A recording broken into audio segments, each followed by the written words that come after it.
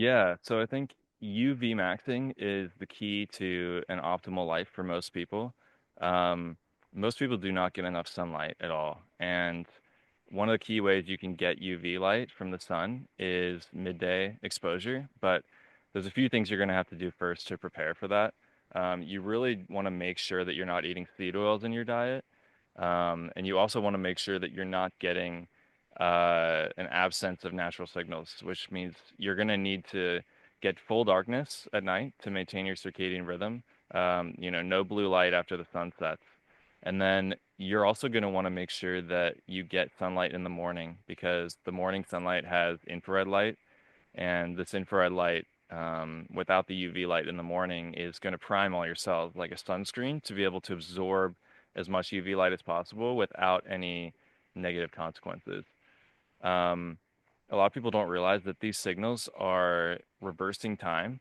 We think of the sun as being harmful and um, as it causing skin cancer and other oxidative issues because of the way that medical school teaches dermatologists.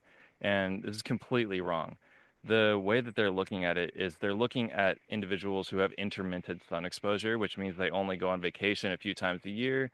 They blast themselves with midday UV light. They're not preparing themselves at all for it. And this is not the way to get sunlight. We evolved as humans to have skin with no hair on it. And we have to have enough sunlight from the midday in order to be optimal. And so we would be getting all this light throughout the day from the moment that we woke up. We don't naturally have clothes on, as primal humans throughout history. And it's only in very recent history that we've had a lot of clothes on. So from the beginning that you wake up in the morning, time that you wake up, you're essentially getting a lot of priming signals from the sunlight that's in the morning that's not as strong to be able to absorb UV light properly. And this allows you to reverse time in your cells.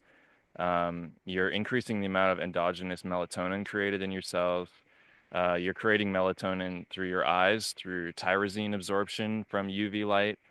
You're creating an electric current in your body from UV light because you're oxidizing melanin. When you get a tan, melanin is essentially uh, an actor in absorbing the light from the sun. So you're absorbing UV light through the photoelectric effect. And when you absorb this light, it oxidizes melanin, which is what gives you a tan. And then those electrons go to other places in your body to do work. So, for example, every protein in our body is designed to act as a semiconductor.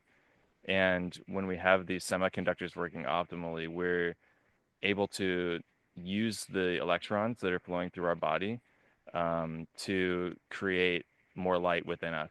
And so the light is being converted into electrons in our body from sunlight, and then that's being used within our body to do work. And it gets really complex, so we can talk more about that in a little while. But if you want to reverse time and you want to have as much time as possible and you want to heal your body, you need to be careful of what dermatologists are saying, and you need to get a lot of sunlight. And you can't just get it intermittently. You can't just go on vacation and get sunlight and expect that to be helpful because that's where real damage occurs that doesn't get repaired. You're not increasing your vitamin D levels. You're not increasing healing electric current in your body. You're not increasing the amount of electrons in your body. You're not getting more infrared light.